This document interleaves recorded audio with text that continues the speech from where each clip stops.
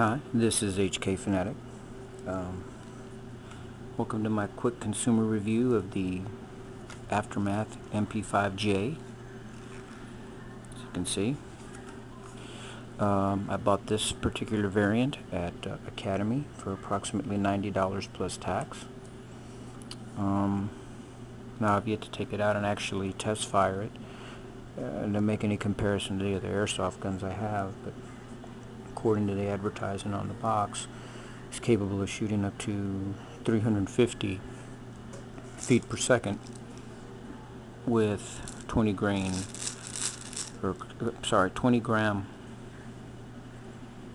standard BBs, performance BBs. The gun itself comes with, of course, the battery, which I already have inside. Standard duty charger, I guess. The outside of the box, what caught my eye is that the actual receiver itself is a metal receiver, which all the other variants I'd have from the Echo 1 mp5k has a plastic, of course, a ABS receiver. But this one is true to what the box says. It is although very light, it is metal, so you can feel it when you touch it. It is a typical fire control group selection of safe, fire, and auto with very positive, distinct clicks. No bullet pictograms here. This is similar to some of the other aftermarket receivers you can get for some of the HK weapons, and of course safe is red, whereas safe should be black and the other indicator should be red. As you can see, it's the same, it's ambidextrous on both sides. The magazine, 30 round mag, has a paddle release which you can access from both sides.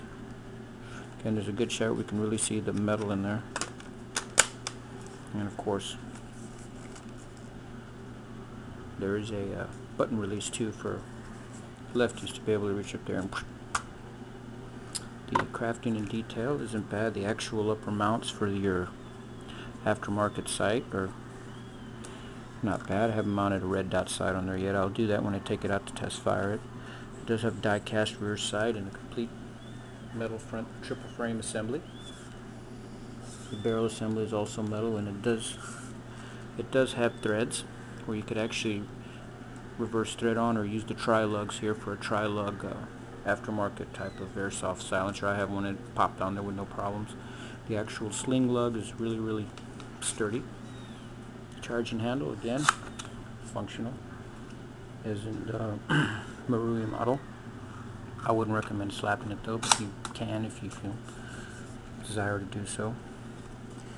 Your retractable two position, either retracted or again all the way forward, and the groove quality is nice. It did simulate the wells and everything.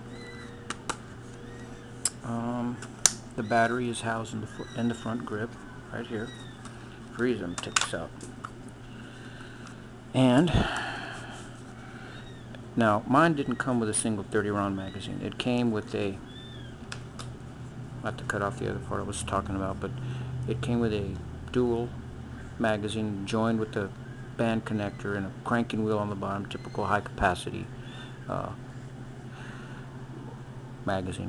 How it works, we'll see. But these I obtained as an aftermarket. They're standard Marui, or anything that worked for a Marui will work on this weapon. 30 round clip.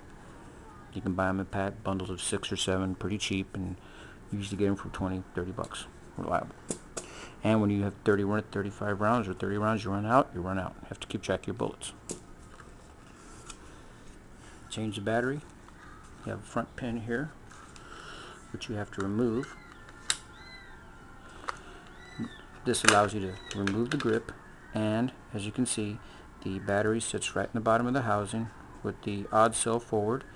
I recommend rotating the fuse section to the upper part of the actual barrel assembly, and to remove it, the same thing. You slide this out, disconnect it, put in a charged battery, pop it back in place.